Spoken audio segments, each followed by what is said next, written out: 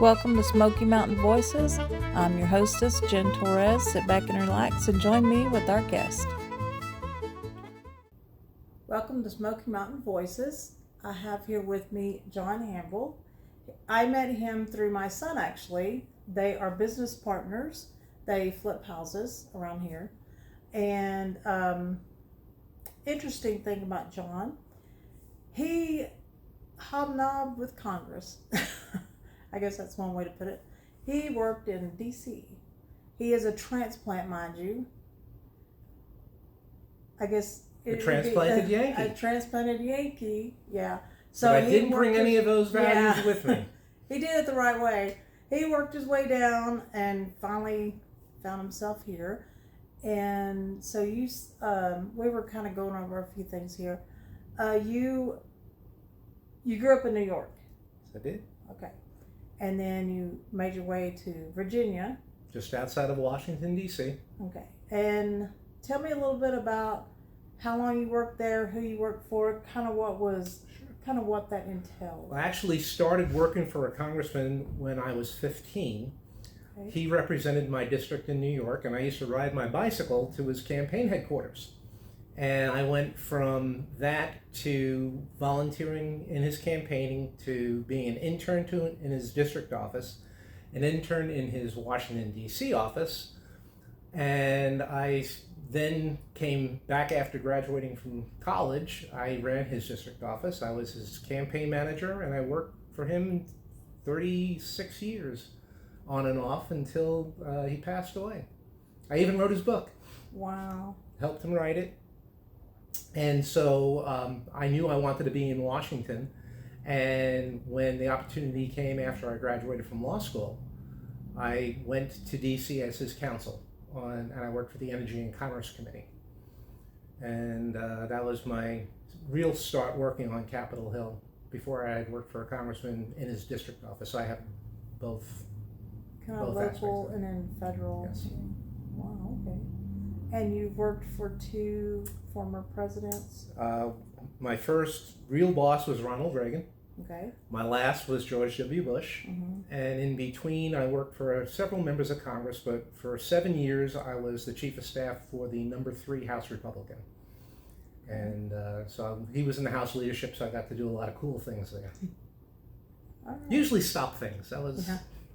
So is there anything that stands out, like, in a positive way? Because a lot of people look at DC as like, but what are something positive that you took from So it's different now, I understand, than when I was there. Okay. Because I'm a baseball fan.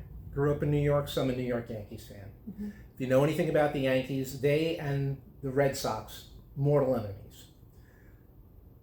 A New York Yankee player can go hammer and tongue on the field and then afterwards go out for a drink with somebody from the Boston Red Sox. And that's the way it used to be in Washington. Okay. I'll give you a good story.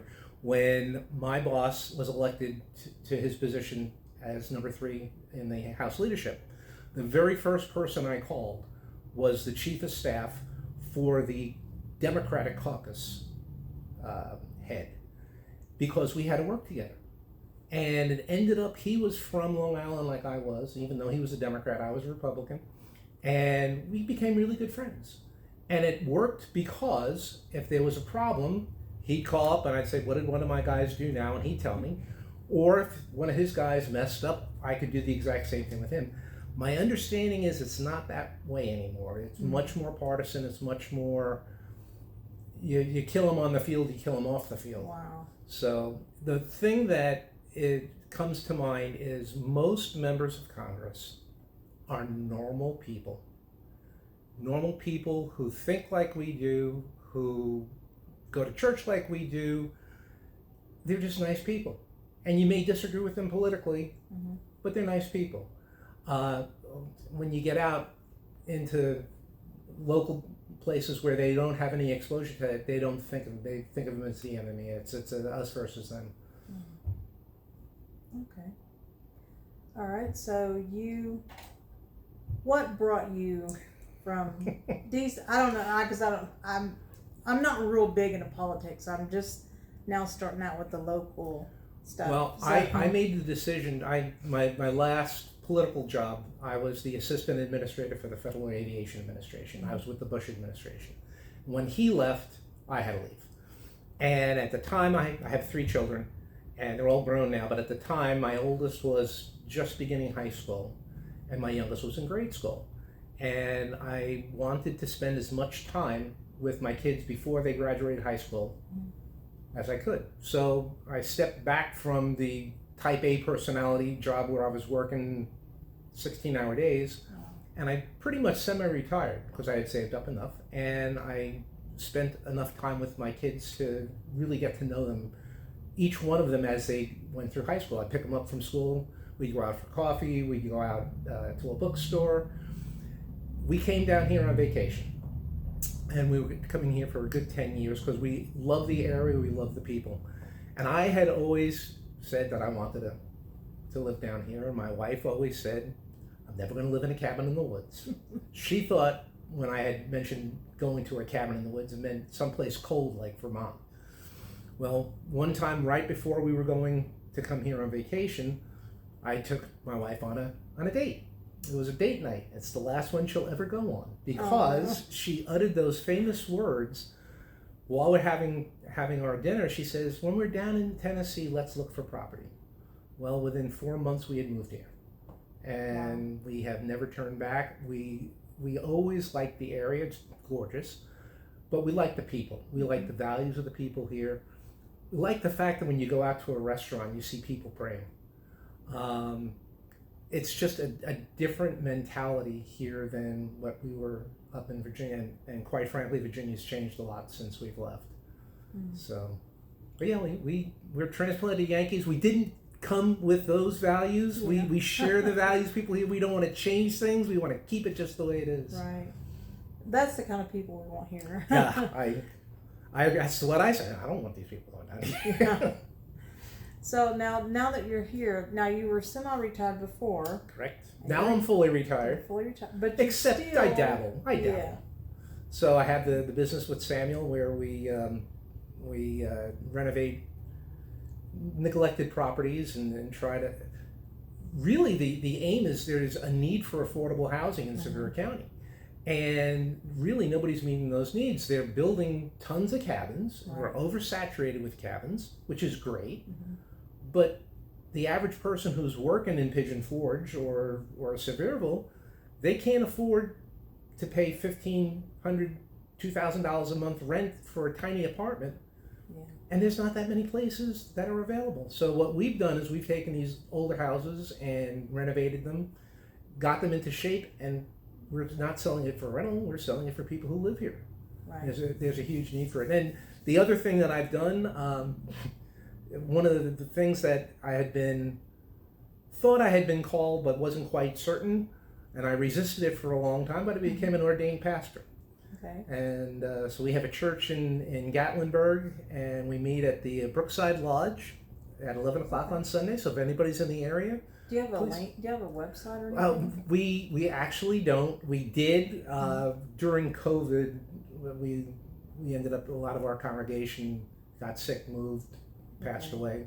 So we had been meeting people's houses for a while, and we just have the opportunity now where we meet at the event center at Brookside Lodge, and so people who are staying there, we advertise that we have a church service, and so we'll get 2-3 couples each time. So it's a good way to spread the gospel. That is a good way. A lot of people come here. I've seen a lot of questions about, can anybody recommend a church? You know, when they come on vacation. So it's convenient to have it right there. There are probably more churches per square mile here than any place else, and yet it's very difficult to find the right fit. Yeah. We're non-denominational. We believe in preaching the word, unfiltered with doctrines and dogmas for other. We just want to. Straight. God wrote it. He said it. Who are we to say it's not? Right. It's our job to spread the word to others, and that's what we try to do. And we run across people from all over the country who are just like I used to be, visiting, liking the people here, liking the values here, and it's working well. I agree. All right. So, is there anything? Well, let me ask you that. This is something I like to ask a lot of my guests. Something that a small thing that you are enjoying in life right now that you could do forever, the rest of your life. Just some small little enjoyment. It could be a cup of coffee on the deck in the morning. It could be going on a drive. Just anything that you just do periodically. So the house I bought is out in Cosby.